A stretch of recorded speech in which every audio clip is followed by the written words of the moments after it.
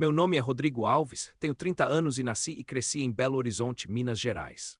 A minha vida nunca foi tranquila, mas eu tentava encarar o cotidiano tirando alguma alegria das pequenas coisas, como passear com meu cachorro ou ajudar minha mãe com as plantas na varanda. Sempre fui um cara reservado, amigo de poucos, daqueles que preferem escutar do que falar, mas mesmo assim, quem me conhece diz que sou leal e que faço de tudo para proteger quem eu amo. Nunca entendi direito de onde vinha tanta nuvem escura sobre a nossa casa, até perceber que ela vinha do meu próprio pai, o Hélio. Ele sempre foi o dono do pedaço, mandão, controlador, daqueles que acham que tudo tem que ser do jeito dele.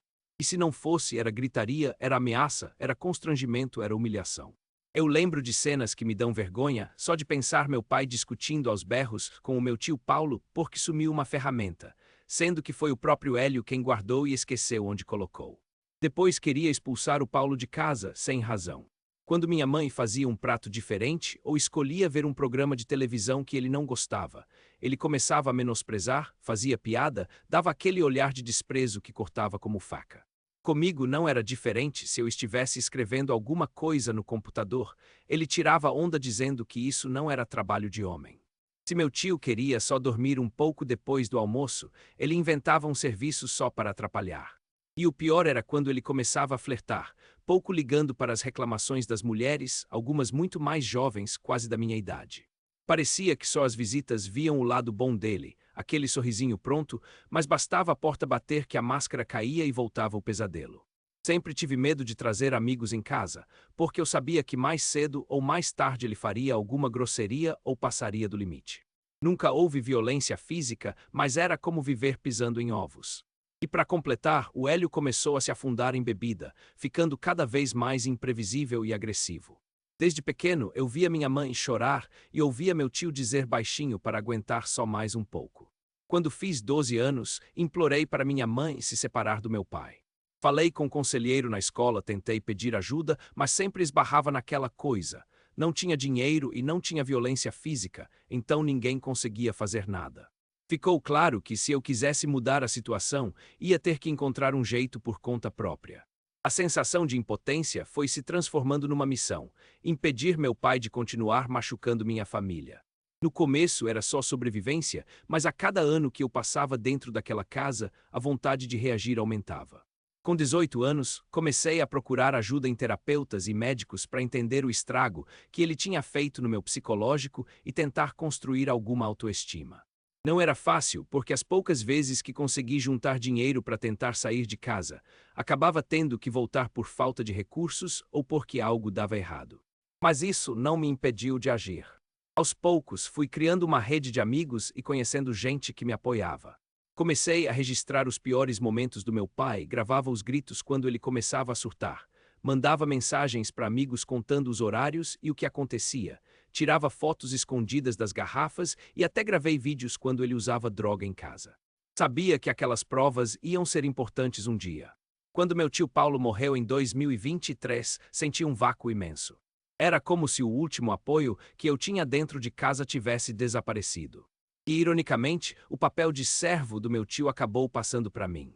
Foi difícil, mas enxerguei uma oportunidade para juntar ainda mais provas, já que meu pai não desconfiava de nada. Quanto pior ele agia, mais decidido eu ficava. Minha estratégia era parecer sempre obediente, sem dar motivo para ele desconfiar que eu estava preparando minha própria revanche. Então veio aquele janeiro fatídico que mudou tudo. Numa noite, saí para um churrasco com dois dos meus melhores amigos e deixei meu cachorro com minha mãe. Quando voltei, recebi a notícia de que o Hélio tinha perdido totalmente o controle. Ficou furioso com o latido do cachorro, pegou uma faca e enfiou na porta do quarto da minha mãe, sem se importar se ela estava do outro lado. Aquilo foi a gota d'água. Chamaram a polícia, ele foi preso e responderia por dano criminoso, mas logo depois puderam soltar ele para voltar para casa. Não preciso dizer que o clima ficou insuportável. 3 semanas depois de mais uma briga horrível, saí correndo de casa, levei o cachorro e fiquei alternando entre a casa dos meus amigos, dormindo no sofá. Não era digno, mas pelo menos era seguro. Finalmente, minha mãe falou com um advogado e conseguiram me incluir como vítima no processo. Com isso, abriram as portas para que todas as provas que eu juntei durante anos fossem analisadas, todas as gravações, os vídeos, as fotos. O juiz autorizou uma medida protetiva e, de quebra, me deu a posse da casa e a guarda do cachorro. Foi quando meu pai viu que eu não era mais o mesmo garoto submisso que ele humilhava. Chegou a hora de confrontar tudo o que ele significava. Na audiência de abril, eu estava preparado. Fazia 2 meses que ele não me via. Eu tinha mudado o visual, o cabelo, a postura. Dessa vez entrei no tribunal como um homem seguro. Ele tentou falar comigo no meio da sala, mas a promotora interveio e me conduziu para outro lugar. Mesmo assim, o velho ficava tentando me encarar de longe. Bastou isso e a promotora foi contar para o juiz, dizendo que o comportamento dele era arrepiante. Aquilo foi como lavar a alma. Quando chamaram meu nome, encarei meu pai nos olhos por cima do microfone e contei minha história, sem chorar, sem baixar a cabeça, tremendo de nervoso, mas contando cada detalhe. Pela primeira vez, quem estava de pé era eu, não ele. O juiz ouviu tudo e acabou aumentando a pena dele, mandando o Hélio passar uma semana a mais na cadeia e depois ficou decidido que ele teria que ir para a reabilitação por 9 meses. Olhando para trás, eu jamais imaginei que um dia estaria ali, livre da tirania do meu pai. Não acredito muito que ele vai mudar, não tenho saudade dele, não sinto falta, só alívio. Agora a casa é tranquila.